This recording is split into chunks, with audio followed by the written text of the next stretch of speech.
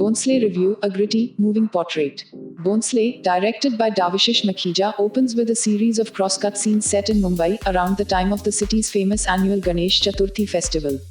While on one hand we see large idols of the Hindu god Ganesha being prepped and adorned for the festivities, the scenes alternate to show the protagonist, Police Constable Ganpat Bhonsle, Manoj Bajpayee, being stripped of his police livery and accessories. He is a veteran at 60 and is being retired from the force, apparently against his wishes, going by his fervent requests to be re-enrolled on an extension. The next few scenes explain this affinity of his to the force. He lives in a dingy, cramped one-room apartment all by himself. It is not explicitly clear if he never married or if his current solitary state is a result of some tragedy in the past. There is an air of melancholy around him as he goes about his mundane daily routine. He is also a man of few words, and over the course of the whole film, I doubt if his character had more than 10 dialogue sets in total. Manoj Bajpayee's dubbing session must have lasted for a lesser duration than the runtime of this whole film. His police work was his identity and refuge from monotony.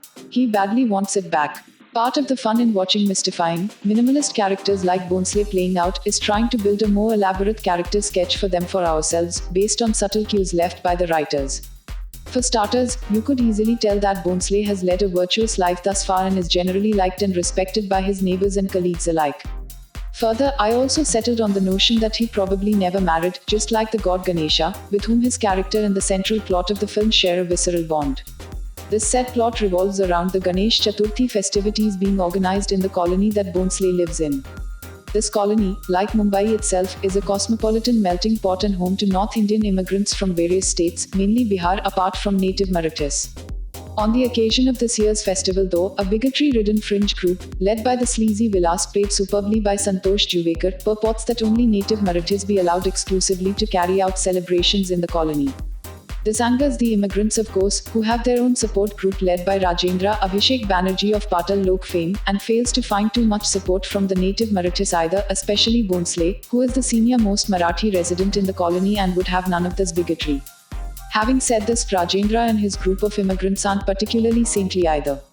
In a disquieting sequence, they harass and coerce a young immigrant boy Lalu, who has just moved into the colony with his elder sister Sita, the terrific Ipshita Chakrabarti, to deface a wall in the colony's library that had Marathi slogans inscribed. This simmers tensions even further in your sense that something would give soon enough. Amidst all this, Bhonsle himself discovers that he has a larger battle to fight, a personal one. He's been diagnosed with cancer and has limited time left. As a brooding Bhonsle walks back home from the hospital, we get to witness the film's money shot, an outrageous pull-out shot filmed on the Idol Immersion Day, with Bajpayee placed in the middle of a crowd of 70,000 people. As the camera first focuses closely on Bhonsle and then slowly pulls out into a distant aerial view, we feel what his character feels, a sense of smallness and obscurity, and of getting immersed, drowned, more like suffocatingly into the unforgiving sea of mundane human existence. Bhonsle's upright character aside, this film also presents a scathing examination of the stark opposite kind, the one of Vilas. In a relative sense, Vilas' actions begin harmlessly, as he canvasses door to door in the name of Marathi pride and honor. This soon turns violent and we see him having physical altercations with rival groups. Shit really hits the roof, however, when all this culminates shockingly in a chilling rape scene at the very end. Vilas' character is a great example of the extreme depths to which communal brainwashing and hate-mongering could make a man fall to. Bhonsle is an impressive attempt and reminded me a lot of another of my favorite films, Clint Eastwood's Gran Torino. You could draw vivid parallels between the characters of Walt from that film, an army veteran, and Bhonsle in this film. Both these characters are men of supreme honor and end up as guardian angels, sworn to protect a neighborly sibling duo in plight. As Bhonsle has his face-off with Vilas and puts him down, we sense the final hurrah of a hardened policeman. He can now hang up his boots proudly and truly rest in peace. Bhonsle is now streaming on the OTT platform Sonalive. Critics rating 3 out of 5.